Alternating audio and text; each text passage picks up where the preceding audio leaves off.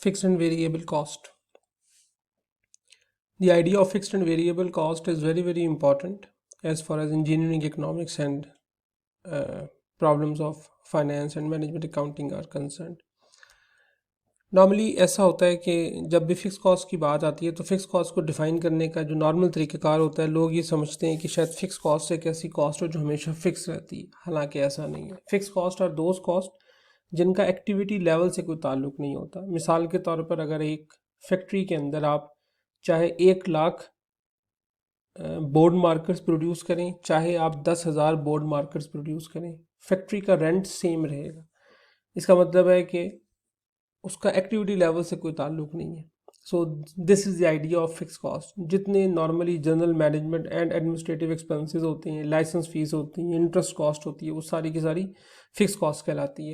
इसके मुकाबले में वेरिएबल कॉस्ट वो कॉस्ट होती है जिसका डायरेक्ट रिलेशनशिप होता है with the level of production, यानी कि आप जितना प्रोडक्शन बढ़ाएंगे उतना आपकी वेरिएबल कॉस्ट जो है वो बढ़ती जाएगी। मिसाल के तौर पर अगर किसी जगह फर्नीचर बन रहा है तो अगर एक सोफ़ा बनाने के लिए जो कॉस्ट लगेगी लेबर की, अगर 2 सोफ़े बनाएंगे तो लेबर की कॉस्ट बढ़ जाएगी, 3 सोफ़े बनाएंगे तो लेबर की कॉस्ट और बढ़ जाएगी। तो वो तमाम एक्सपेंसेस जिसका डायरेक्ट ताल्लुक प्रोडक्शन के साथ होता है। मिसाल के तौर पर अगर एक कहीं कोई पावर प्लांट चल रहा है जो कि पावर प्लांट बिजली से चल रहा है, या कोई और प्रोडक्शन प्लांट है जो कि बिजली से चल रहा है, अब जितनी आप प्रोडक्शन बढ़ाते जाएंगे बिजली का खर्च बढ़ता चला जाएगा। तो यहाँ पे वेरिएबल ये वाली जो बिजली की कॉस्ट है, this will be considered as variable cost. However अगर यही आप बिजली की कॉस्ट किसी यूनिवर्सिटी के क्लासरूम में देख रहे होंगे तो वहाँ पर चाहे 5 स्टूडेंट बैठे हों, जब भी अगर 5 ट्यूबलाइट्स जल रही हैं, तो अगर 10 स्टूडेंट्स बैठे होंगे तब भी वही 5 ट्यूबलाइट्स जलेंगी। अगर 20 स्टूडेंट्स बैठे होंगे तब भी शायद वही 5 ट्यूबलाइट्स जल रही होंगी। इसका मतलब है कि यूनिवर्सिटी के केस में वही जो बिजली की कॉस्ट है वो फिर वेरिएबल कॉस्ट नहीं रही बल्कि वो फिक्स कॉस्ट हो गई है। तो इस तरीके से आप इस कॉन्सेप्ट को समझने की कोशिश करते हैं कि किसी भी प्रोडक्शन के केस के अंदर, किसी भी इंजीनियरिंग इकोनॉमिक्स के प्रॉब्लम के अंदर कोई भी कॉस्ट जो है वो वेरिएबल कॉस्ट है या वो फिक्स कॉस्ट है। एक्सपेंस की डेफिनेशन इटसेल्फ नहीं बताएगी कि ये वेरिएबल कॉस्ट है, फिक्स कॉस्ट है। आपने उसको समझना है उस कॉन्सेप्ट के लिहाज से। फिक्स कॉस्ट और वेरिएबल कॉस्ट की अंडरस्टैंडिंग एक और लिहाज से बड़ी ही इंपॉर्टेंट है जिसका ताल्लुक है ब्रेक इवन पॉइंट के साथ। ब्रेक इवन पॉइंट हम नॉर्मली उस पॉइंट को कहते हैं जिस पॉइंट के अंदर आप ना कंपनी प्रॉफिट कमा रही होती है ना कंपनी लॉस अर्न कर रही होती है। ब्रेक इवन पॉइंट इसलिए मालूम करना बड़ा ज़रूरी होता है और बिजनेस चाहता है कि हम ब्रेक इवन पॉइंट मालूम कर लें ताकि बिजनेस को ये समझ आ सके कि वो कौन सा पॉइंट है जिसके ऊपर जाकर, जिसके बाद जाकर बिजनेस को अपना प्रॉफिट होना शुरू होगा। अब असल में ये ब्रेक इवन पॉइंट वो वाला पॉइंट होता है जिसके ऊपर कंपनी अपनी फिक्स कॉस्ट कवर कर लेती है और उसके बाद जितनी वेरिएबल कॉस्ट हो रही होती है उसके साथ साथ उसका प्रॉफिट जनरेट होना शुरू हो जाता है। So that is why break even point को समझने के लिए फिक्स कॉस्ट और वेरिएबल कॉस्ट समझना बहुत इंपॉर्टेंट है।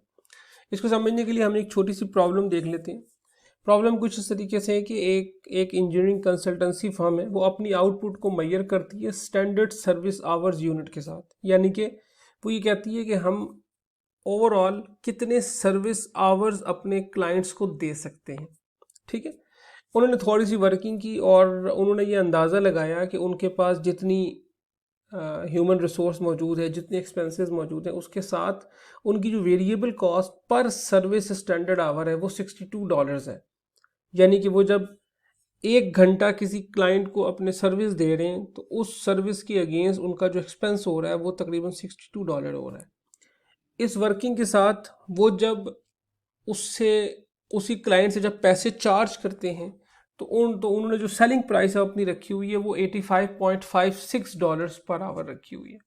अब आप अगर इस सवाल को यहाँ से समझने की कोशिश करें कि सेलिंग प्राइस $85.56 पर आवर है और वेरिएबल कॉस्ट 62 पर डॉलर है।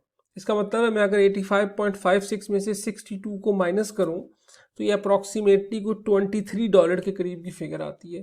तो $23 हर दफ़ा आपकी फिक्स कॉस्ट को एट्रीब्यूट कर रहा होगा, यानी कि आप जो भी खर्च कर रहे हैं ये $23 फिक्स कॉस्ट में जा रहा है। ठीक है, अब आपकी जितनी भी फिक्स कॉस्ट है, अगर फ़र्ज़ करें आपकी फ़िक्स कॉस्ट सिर्फ $23 ही है तो पहले आवर्स के साथ ही आपकी फ़िक्स कॉस्ट पूरी हो जाएगी, फिर आपको प्रॉफिट होना शुरू हो जाएगा क्योंकि फ़िक्स कॉस्ट पूरी हो चुकी है। अब इस सवाल में देखें है क्या, the maximum output of the firm is 160,000 hours per year.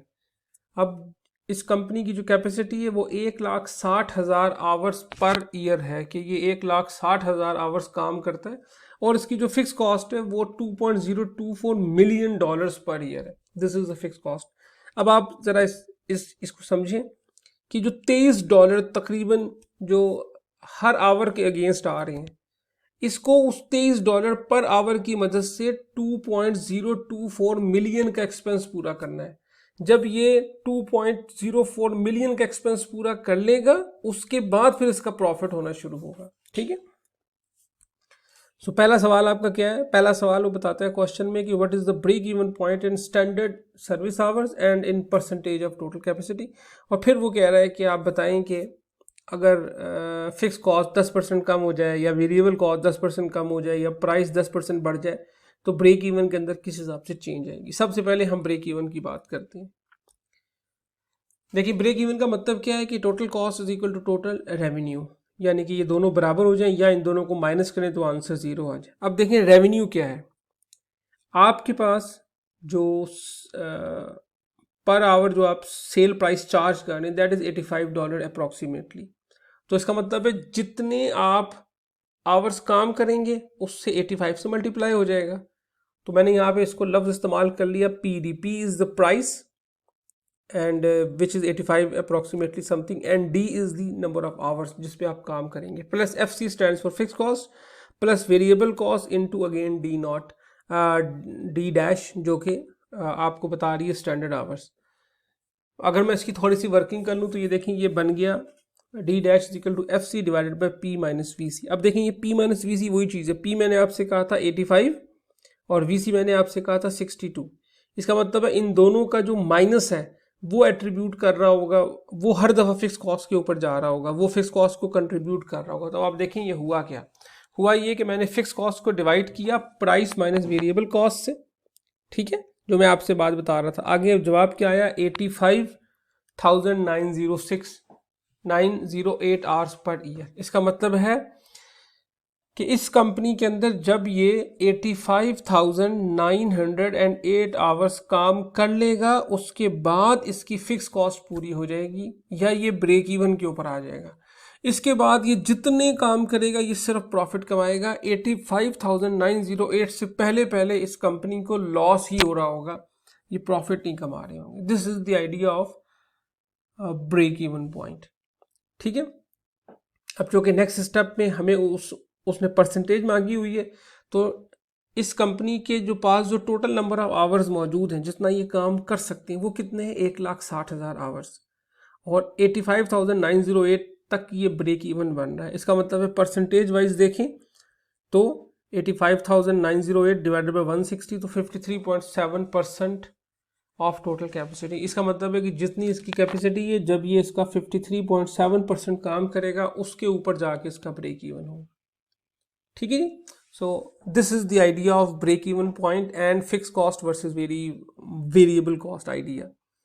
अब हम इसको अगर आगे चल के थोड़ा सा मजीद देखें तो यहाँ पे आपको मैं अगर एक और सवाल बनाऊँ कि फ़र्ज़ करें अगर फिक्स कॉस्ट को हमने 10% से रिड्यूस कर दिया है, तो 10% से रिड्यूस करने के बाद मैंने सिंपली 2045 को 90% से मल्टीप्लाई कर दिया है, वही जो पिछला एक्सप्रेशन था, तो इससे 10% कम हो जाएगा। तो ये D की वैल्यू मेरे पास, D डैश की जो वैल्यू है वो अब कितनी आ गई, 77,318 आवर्स पर ईयर।